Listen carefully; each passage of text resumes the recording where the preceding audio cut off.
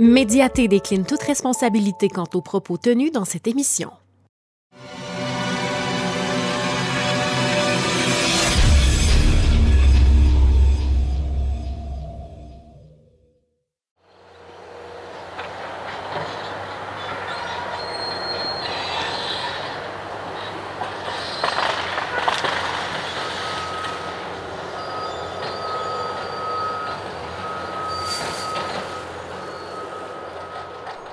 Il faut constater qu'il y a clairement un dérèglement qui se produit sur la Terre. Bien entendu, on parle de changement climatique qui provoque davantage de tornades, d'inondations,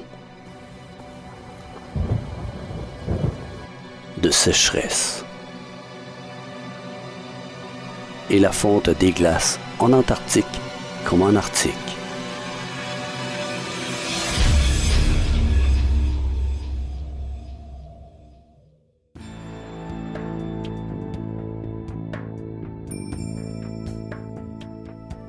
La nature subit un changement drastique qu'il était facile de constater par un satellite, mais plus le temps avance, plus ces changements sont sous nos yeux. La nature telle que nous la connaissons va changer, et cela de façon très rapide.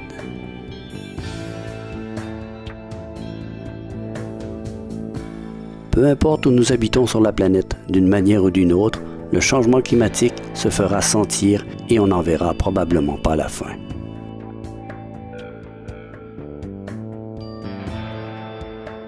La question se pose, comment la Terre peut encore réagir à ce changement climatique?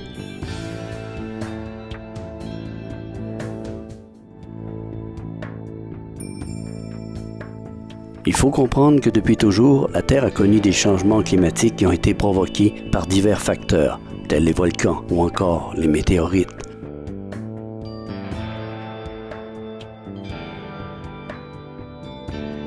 Seulement cette fois, c'est l'homme qui en est la principale cause.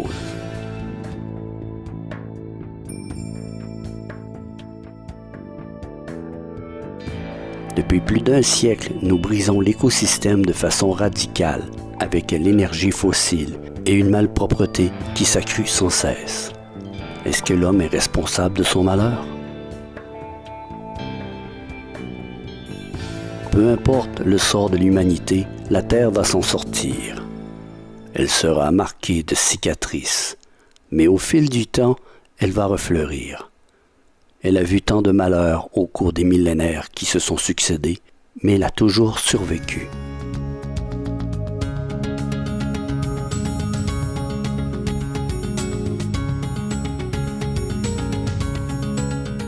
Ce qui est en péril, c'est la vie humaine.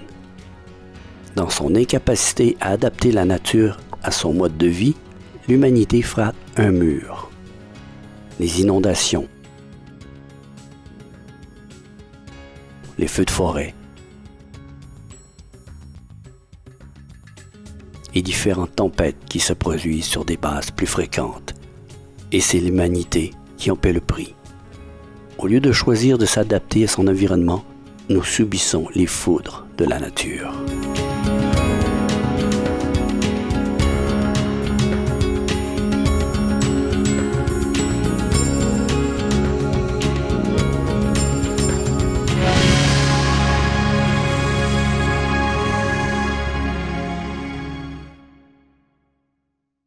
Jusqu'ici, je ne vous apprends rien. Tout ce qui se passe sur la planète, vous le savez déjà. Seulement, quand ça nous touche directement, c'est la seule façon de voir les choses. Autrement, nous sommes aveugles. L'empathie ne suffit plus. Il faut passer au mode action. Mais comment?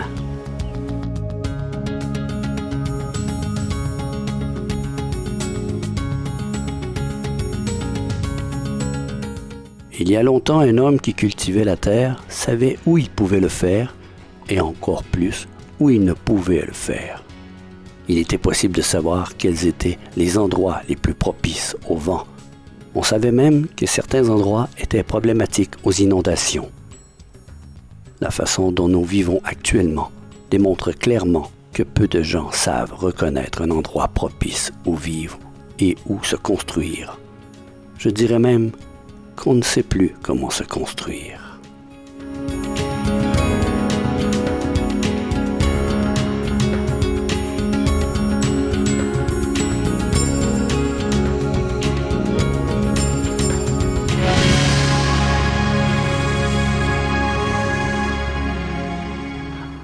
Dans le prochain épisode, nous allons passer au mode pratique. Essayez, comme par exemple l'habitat. À la prochaine.